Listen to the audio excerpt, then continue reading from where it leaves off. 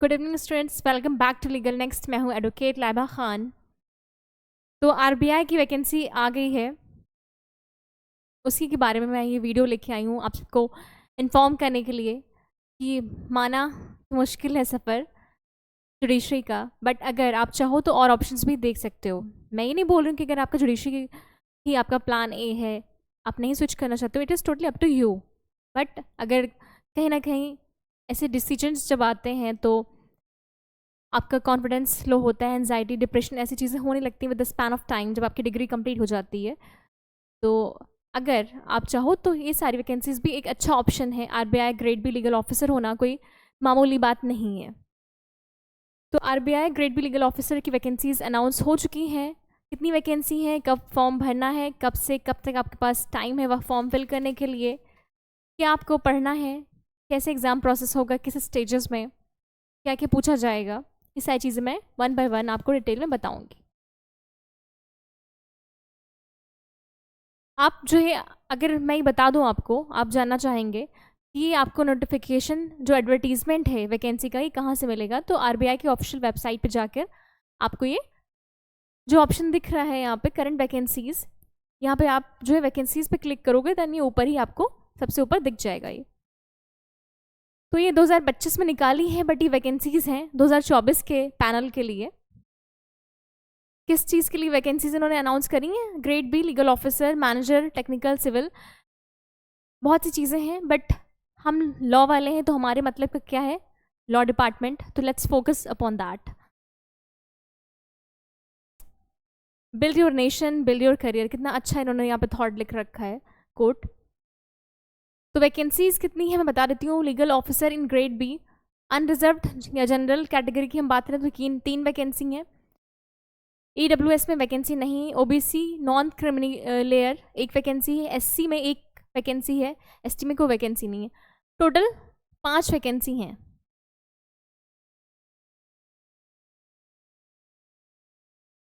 फिर आ जाओ देखते हैं भाई क्या एलिजिबिलिटी क्राइटेरिया। नेशनैलिटी की बात करें तो वो कैंडिडेट इंडिया का सिटीजन होना चाहिए, फिर सब्जेक्ट हो नेपाल या भूटान। बाकी सब चीज़ें भी आप वेबसाइट पे जाके देख सकते हो एडवर्टीजमेंट में। मोड ऑफ एप्लीकेशन क्या रहेगा? Candidates are required to apply online only through the bank's website, that is www.rbi.org.in. No other mode for submission of application is available. तो आपकी ये वेबसाइट दे रखी है आरबीआई की, आप उस पर जाकर आप अप्लाई कर सकते हो। फिर आगे बढ़ते हैं। आपकी जो फॉर्म कब से आप फिल कर सकते हो? आज की तारीख जो है 11 जुलाई 2025। तो 11 जुलाई से आप 31 जुलाई तक आप फॉर्म फिल कर सकते हैं। That is the time limit for you fulfilling the form criteria. Then आपकी डेट ऑफ एग्जामिनेशन क्या है? 16 अगस्त 2025। 16 अगस्त को आपका एग्जाम है। लीगल ऑफिसर के लिए क्या इन्होंने जो है एज दे रखी है? एटलीस्ट 21 ईयर्स, मिनिमम 21 ईयर्स होना चाहिए एंड मैक्सिमम 32 ईयर्स।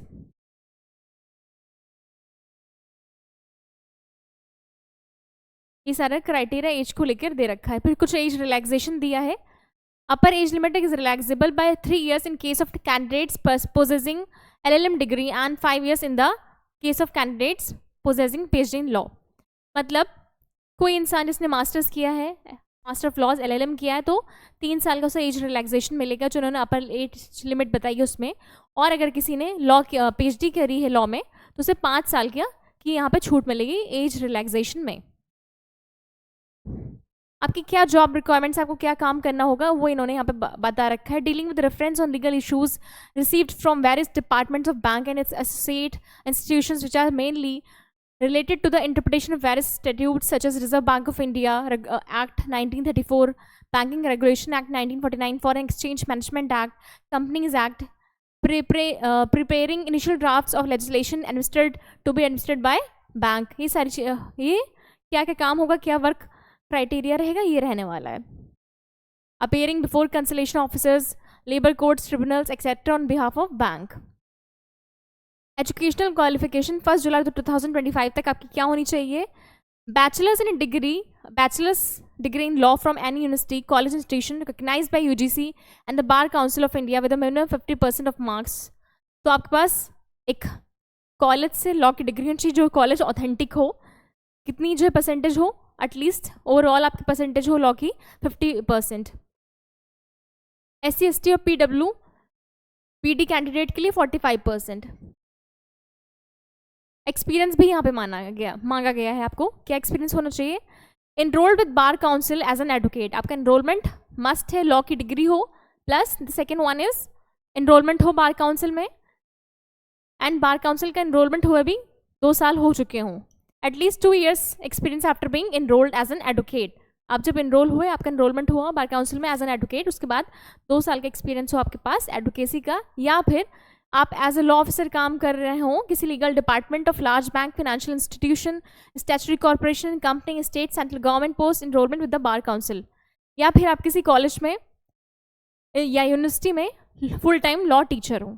ठीक है, तो क्या चाहिए आपको इसमें ज़रूरी है कि आपके पास लॉ की डिग्री हो, एनरोलमेंट हो बार काउंसिल का एनरोलमेंट हुए भी आपको 2 साल हो चुके हों, आप प्रैक्टिस कर रहे हो एज एन एडवोकेट, या फिर किसी लॉ फर्म्स में, किसी जो है बैंक वगैरह में, किसी गवर्नमेंट पोस्ट पे हो, एज लॉ डिपार्टमेंट में ही काम कर रहे हो, या फिर आप किसी कॉलेज या यूनिवर्सिटी में लॉ की फैकल्टी हो फुल टाइम, तब आप एलिजिबल हो ये फॉर्म फिल करने के लिए, इस जॉब के लिए अप्लाई करने के लिए।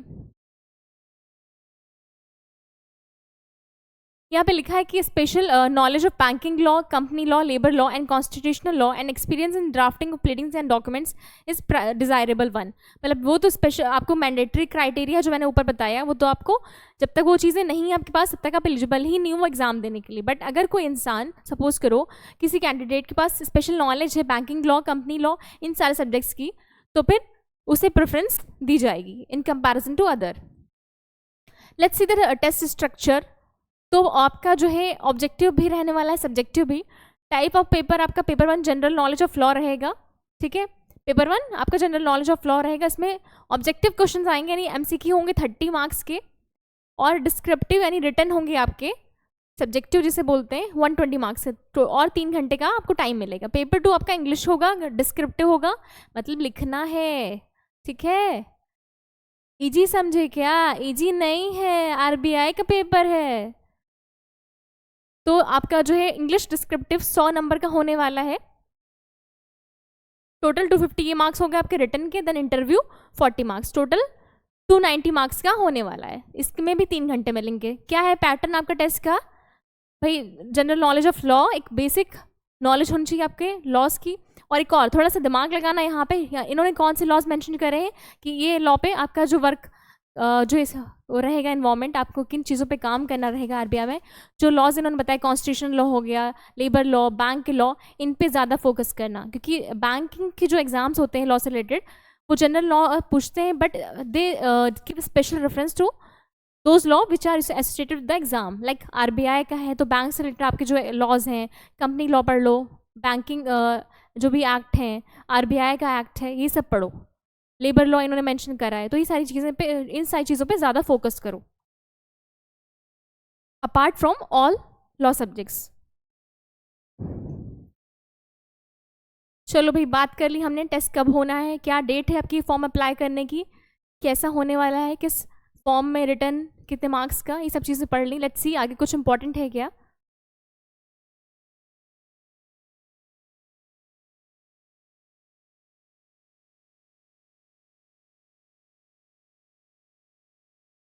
एप्लीकेशन फ़ीस की बात करें तो SC ST PW BD इनके लिए है 100 rupees plus 18% GST। General OBC EWS के लिए है 600 प्लस 18% GST। ओके, ये आपकी फॉर्म की फीस रहने वाली है। अब भाई कितनी सैलरी मिलेगी, तो grade B, RBI grade B legal officer लिखा है ना, तो इसके लिए सैलरी मिलने वाली है आपको, ये पूरा आपका पढ़ लेना है, 78,450 ये सैलरी है, प्लस बाकी के अलाउंसेस भी मिलेंगे, which is HRA and DA, ये सब भी आपको यहाँ पे मिलने वाला है। तो एक बढ़िया सैलरी मिलेगी आपको, सारी चीज़ें, सारे बेनिफिट्स मिला के 1.5 लाख के अराउंड आपकी पर मंथ सैलरी रहने वाली है RBI grade B legal officer में।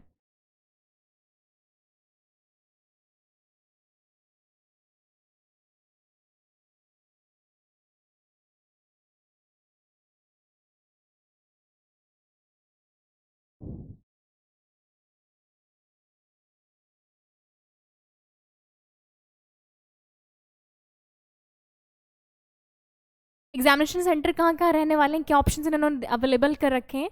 अहमदाबाद, गांधीनगर, बैंगलोर, भोपाल, भुवनेश्वर, कोलकाता, चंडीगढ़, चेन्नई, गुवाहाटी, हैदराबाद, जयपुर, जम्मू, कानपुर, कोची, लखनऊ, मुंबई, नागपुर, दिल्ली एनसीआर, पटना, पुणे, तिरुवनंतपुरम, रायपुर। तो इतने ऑप्शन हैं आपके पास एग्जाम सेंटर अपनी चॉइस फिल करने के लिए।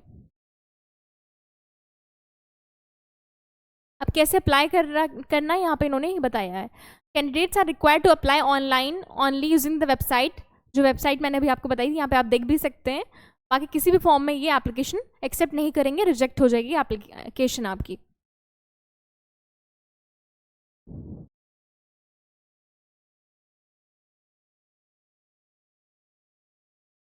ठीक है, तो इसमें जो जो इम्पोर्टेंट था आपके लिए कि फॉर्म की डेट क्या है, कब एग्ज़ाम होना है, क्या पैटर्न रहता है, कब आपका जो है फॉर्म आप फिल कर सकते हैं, किस डेट से किस डेट तक, कितनी वैकेंसीज़ हैं, कितना पे स्केल है, क्योंकि ऑब्वियसली कहीं ना कहीं पे स्केल भी मैटर करता है हर एस्पिरेंट के लिए, कैंडिडेट के लिए। तो वो भी एक अच्छा जॉब प्रोफाइल है। RBI grade B legal officer, मैंने बोला ना, ईजी नहीं है, मामूली नहीं है, ठीक है, फॉर ग्रांटेड मत लेना, बहुत एकदम मस्त जॉब प्रोफाइल है। तो प्लीज़ गो फॉर इट, आज ही अपने फॉर्म्स फिल कर दो, आज ही से भरना स्टार्ट कर दो। डेट जो है आपके फॉर्म ओपन हो गए 11 जुलाई से, और लग जाओ तैयारी में। और कोई भी गाइडेंस चाहिए, कोई हेल्प चाहिए, तो I am here to help you.